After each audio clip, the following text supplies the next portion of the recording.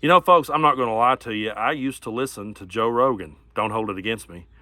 I wouldn't say that I was like an avid fan that tuned into every single episode, but if Joe Rogan had someone on his show who I enjoyed, then I would tune in to hear him interview them because for a long time I liked the way Joe went about doing interviews. He seemed like a reasonable guy. Seemed like the type of guy that I would like to sit around and talk with and have a conversation. But then he started losing me, and he really started losing me when he began turning over his platform and his microphone to conspiracy theorists like Alex Jones and saying things like they're making some good points here and giving them a space to further their propaganda. And when he defended Kyle Rittenhouse, that was another big one for me where I was like, I can't believe a guy who appeared to be reasonable could be so unreasonable about this one.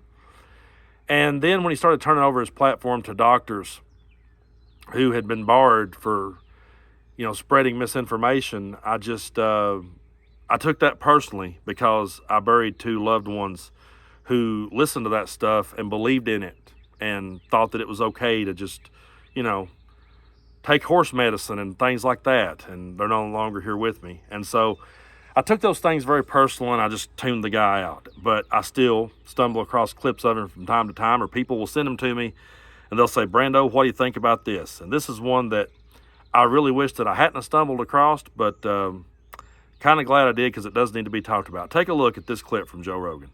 Well, I would vote for Trump before I'd vote for Biden, just because I think with Biden, like he's gone. Like he's gone. You're going to be relying on his cabinet, and I knew his cabinet would be this fucking sideshow of diversity, and which is exactly what it is. You can't have those kind of people running a Ben and Jerry's. You certainly can't have those kind of people running the fucking most powerful government the world's ever known. It's nuts. It's not. Joe Rogan has pushed the narrative that Joe Biden is gone, that Joe Biden don't know where he is, that Joe Biden should just be locked away. He has drove that narrative home so hard. And Joe Rogan has the biggest podcast platform in the world, and more people tunes in to listen to him and takes what he says seriously. And he has constantly drove home this idea that Joe Biden can't complete a sentence and he's gone. He even tried to blame Joe Biden for saying that there was airports during the Revolutionary War. Turns out it was Trump. What's funny about that is before he got fact-checked on his own show, he's sitting there and he's talking about how that if you say something like that, you're gone, you're done. They should just come and lock you away. Your career is over if you say that. And then when his own guy fact-checked him on his own show and he realized it was Trump that said it, instead of saying, well, Trump's gone too, and trying to have any consistency at all, he didn't. He just said, well, yeah, he messed up and went on with it. And now to hear him sit and say that he would vote for Trump because you're just left with Biden's cabinet and it has too much diversity and they couldn't run a Ben & Jerry's. Does he realize how insulting that is to everybody involved? That's one of the arguments I make for Joe Biden when people gets upset over certain things that he's done or said, and when people points out the fact that Joe Biden is an older man and, he's going to be in there for 4 more years, so what's he going to be like in 4 more years? I've always pointed out, but Joe Biden has a diverse cabinet. That to me is his selling point. The diversity is his selling point. And to sit and suggest that having that kind of diversity is a bad thing and that much diversity couldn't even manage a Ben & Jerry's is truly insulting, and it's just truly disheartening. And to be brutally honest with you, I think at the end of the day, Joe Rogan is a guy who has found his audience. And he realizes that there is this crowd that buys into conspiracy theories and buys into the bullshit. He knows this, and so he plays to that audience. There's so many times I've heard Joe Rogan say, I am progressive, I am liberal, I do have those viewpoints. And my arguments has always been this. What he spends his time vocalizing and saying the loudest are Trump talking points. That's the crowd he plays to. So I call bullshit on this idea that he's progressive or he's liberal. I don't really care if he is, because at the end of the day, he's using his platform to turn it over to conspiracy theorists to say any damn thing they want to, turn it over to doctors to spread as much information as they want to, and sit here and create this illusion that Joe Biden is some old man and now diversity is a bad thing. That's what he's using his platform for. But as I heard him say that, I thought back to Joe Biden's closing arguments in the State of the Union address. And rather than give Joe Rogan any more time and play any more clips of him saying some stupid shit, let's just hear from the guy that Joe Rogan claims is senile and doesn't have it together. Let's hear what he had to say about it, and then we'll come back and talk more. I know it may not look like it, but I've been around a while. When you get to be my age, certain things become clearer than ever. I know the American story. Again and again, I've seen the contest between competing forces in the battle for the soul of our nation.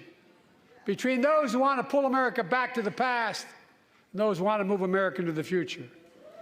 My lifetime has taught me to embrace freedom and democracy, a future based on core values that have defined America: honesty, decency, dignity, equality, to respect everyone, to give everyone a fair shot, to give hate no safe harbor. Now, other people my age see it differently. The American story of resentment, revenge, and retribution, that's not me. I was born amid World War II, when America stood for the freedom of the world. I grew up in Scranton, Pennsylvania, and Claymont, Delaware, among working-class people who built this country. I watched in horror as two of my heroes, like many of you did, Dr. King and Bobby Kennedy, were assassinated. And their legacies inspired me to pursue a career in service. I left the law firm and became a public defender because my city of Wilmington was the only city in America occupied by the National Guard after Dr. King was assassinated because of the riots. And I became a county councilman almost by accident.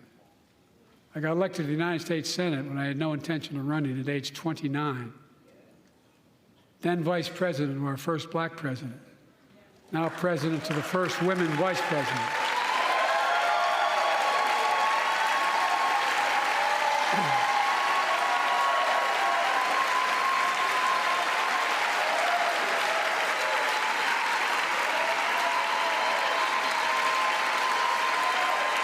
In my career, I've been told I was too young. By the way, they didn't let me on the Senate elevators for votes sometimes. They're not a joke. And I've been told I'm too old. Whether young or old, I've always known what endures. I've known our North Star. The very idea of America is that we're all created equal and deserves to be treated equally throughout our lives. We've never fully lived up to that idea, but we've never walked away from it either. And I won't walk away from it now. I'm optimistic. I really am. I'm optimistic, Nancy.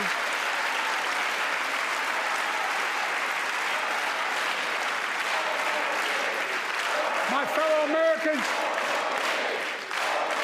the issue facing our nation isn't how old we are, it's how old are our ideas. Hate, anger, revenge, retribution are the oldest of ideas. But you can't lead America with ancient ideas that only take us back. You lead America, the land of possibilities. You need a vision for the future and what can and should be done. So yeah, Joe Biden is an elderly man, but Joe Biden has a diverse cabinet, and that's a good thing, Joe Rogan. That's actually a really good thing.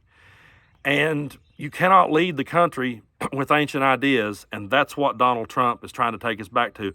So when someone like Joe Rogan says, yeah, I'd vote for Trump over Biden, then what you're saying is that you have no problem with the country being taken back 100 years. You have no problem with all the progress being stripped away that's been made, because that's what happened as a result of Donald Trump's presidency. The only legacy, if you want to even call it that Donald Trump is going to have is the damage that he done, is the progress that he undone. And he's out there bragging about that. As we go into this election, there's a lot of things that we're all upset about. There's a lot of things that we want to see better and we want to see done differently. But when we go to the polls, we got to realize that there's one guy who may not be perfect, but at least he's rolling up his sleeves and he has a diverse cabinet, and that's a good thing, versus a guy that is bragging about the fact that he took women back 100 years. Bragging about the fact that he done nothing to stop gun violence. He brags about these things. He wants to take us back, and can you imagine a new Donald Trump cabinet? He's going to pick everybody, what he's doing right now in the RNC. He's picking people that he can surround himself by that will be yes men and yes women, that will not question him, will not rock the boat, will show their undying loyalty to him. That's all he wants. He doesn't want diversity, and he doesn't want equality, and he doesn't want everyone to have the same rights as everyone else. If he did, he wouldn't have been on the side that he's on, and he wouldn't be out there bragging about it. So no, I'm never going to be sitting through an entire episode of Joe Rogan.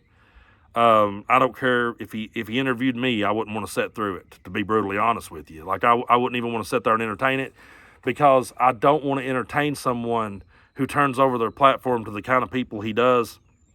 And I don't want to turn over the platform. I wouldn't want to sit there with somebody who spreads so much bullshit and does it to appease the absolute dumbest of people.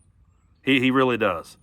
You know, I kind of honestly feel bad, because there was a time, like I said, years ago, that I was like, hey, did you see that new Joe Rogan episode? Hey, did you hear what Joe Rogan was saying about this? I used to be that guy. Many moons ago, I was the guy that would recommend the newest episode. And now I'm the guy saying, yeah, I feel really stupid for ever watching. And when I hear somebody lead off a sentence, well, now Joe Rogan was saying, at that point, it's like, yep, folks, I'm out. We're done here. Nothing to see. Keep moving.